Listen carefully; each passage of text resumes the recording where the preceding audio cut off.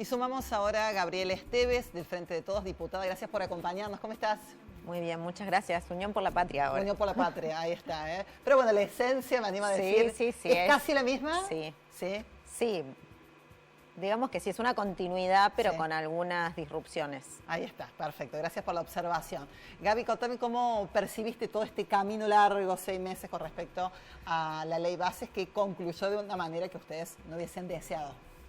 La verdad es que no creo que haya sido un camino demasiado largo, teniendo en cuenta que fue una ley que ingresó con 600 artículos, ¿no? Y que modificaba prácticamente todo nuestro sistema jurídico. Creo que intentamos tomar el tiempo para discutirla en profundidad. Desde nuestro bloque promovimos con mucha fuerza la participación de los diferentes sectores que de alguna manera se veían, de una u otra manera estaban afectados por lo que esta ley iba a significar. Creo que eso sirvió muchísimo porque permitió que muchos de esos artículos que eran terriblemente perjudiciales, por ejemplo, el artículo que estaba vinculado, el capítulo a los biocombustibles, todo lo que tenía que ver con las modificaciones en materia ambiental, que fueron cosas que nosotros llevamos a los sectores para que pudieran ponerlo en discusión. Bueno, lo que tenía que ver con la participación política de las mujeres puntualmente, abrió la posibilidad de que eso se discuta con mayor profundidad y que de alguna manera se fueran modificando algunas cuestiones o quitando algunos capítulos de la ley. Igualmente entendemos que lo que quedó sigue siendo terriblemente nocivo y entendemos que además una parte importante de la ley se va a terminar judicializando porque termina siendo violatorio de la Constitución Nacional. Así que ¿El tema de ganancias, por ejemplo? El tema de ganancias, por ejemplo, ¿no? Porque en el caso de las leyes ómnibus, se consideran cada uno de los capítulos como si fuese una ley independiente. Entonces, de esa manera, habiéndose derogado todo lo que tiene que ver con ganancias en la Cámara de Senadores, ahora en la Cámara de Diputados, al volverse a poner, es sujeto a judicialización. Así que seguramente los trabajadores, la representación de los trabajadores lo judicializará. Perdón, desde el oficialismo plantean que no aceptan esta derrota política, por eso promueven o fomentan la judicialización. No, no es cierto. Nosotros no le estamos promoviendo ni nada. Las diferentes centrales obreras ya lo están planteando. Y además, creo que quedó bastante claro que, porque se leyó incluso en la propia sesión, el artículo 81 de la Constitución, y se explicó el argumento jurídico de por qué esto no podía hacerse.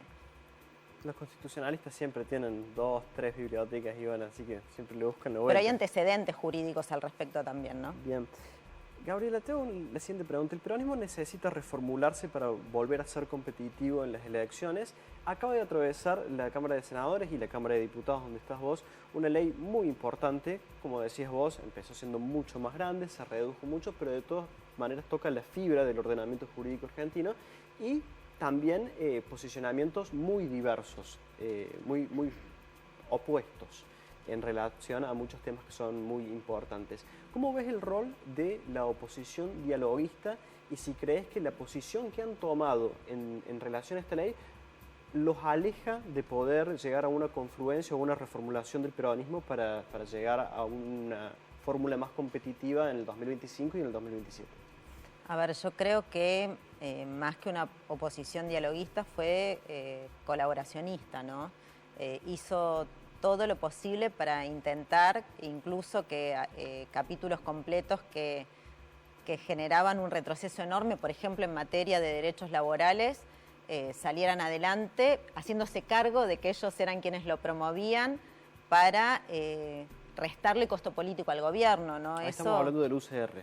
Sí, estoy hablando puntualmente del capítulo que tiene que ver con la reforma laboral, que para nosotros no es una reforma, sino que es borrar de un plumazo todo lo que tiene que ver con los derechos laborales conquistados durante 70 años por los trabajadores organizados. Yo creo que hasta asumieron costos políticos para intentar favorecer al gobierno o ser parte de la simpatía del gobierno. Digo, yo creo que esto es un error muy grave porque también diluye su identidad política. El radicalismo es un partido histórico que tiene su matriz en la lucha de los sectores populares y fundamentalmente una de las principales discusiones que dio el radicalismo al principio tuvo que ver con legitimar los derechos de los trabajadores, ¿no? Cuando surge el radicalismo. Entonces ahora generar este retroceso y hacerse cargo de semejante retroceso para mí y si te pregunto por el va a bloque tener un de costo Pichetto, político muy grande. O de los peronismos provinciales que son por ahí los actores políticos que serían más cercanos a una reformulación del peronismo? Pichetto se definió a sí mismo como como alguien que garantiza la gobernabilidad. Eso claramente tiene que, por definición, es alguien que no tiene bandera política, ni tiene una ideología clara, ni cree en un modelo determinado de país. Es alguien que se va adaptando a los diferentes gobiernos para de alguna manera negociar y tener un rol. Bueno, Zarzola también ha hablado de ser garante de la gobernabilidad en algún caso. Sí, también lo ha dicho. Bueno, por eso forman parte del mismo bloque. Entiendo que de alguna manera están viendo las cosas de una manera similar, por eso forman parte de un mismo bloque. Yo honestamente no estoy de acuerdo. Yo creo que uno tiene que defender un modelo de país sustentado en determinadas ideas y sobre todo, por lo menos en lo que tiene que ver con las ideas que defendemos quienes estamos dentro del bloque peronista, generar mejores condiciones de vida para la gente.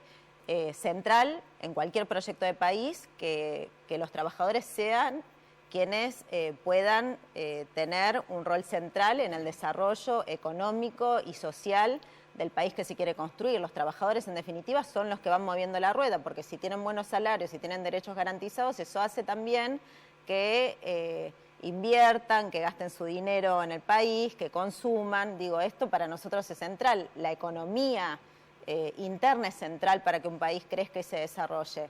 Eso no está contemplado dentro del proyecto de país que expresan a través de la ley base. Todo lo contrario, es un país que achica muchísimo lo que tiene que ver con los derechos laborales, que achica muchísimo las posibilidades de desarrollo y crecimiento de los trabajadores, de generación de trabajo de calidad, y le entrega absolutamente todo a las grandes corporaciones. Probablemente es insistente con el rol del gobierno provincial, pero también se lo he escuchado a Zarzola reclamarle un plan productivo que marche en paralelo o en conjunto con el plan de ajuste fiscal y de estabilización macroeconómica. Sí.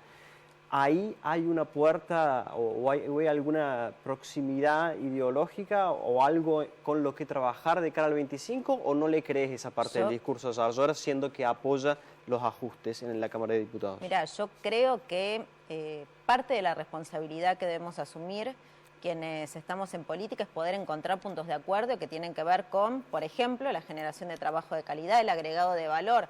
Eso sería central para la provincia de Córdoba y para el país en general. Digo, el que nosotros podamos agregarle valor a la enorme riqueza que tenemos en el país me parece que es central. No creo que a través de la ley que ha salido ayer aprobada en la Cámara de Diputados esto se logre. Creo que el RIGI va en el sentido absolutamente contrario de eso. Gabriela, recién mencionaste, Felipe, el tema de Zarzola.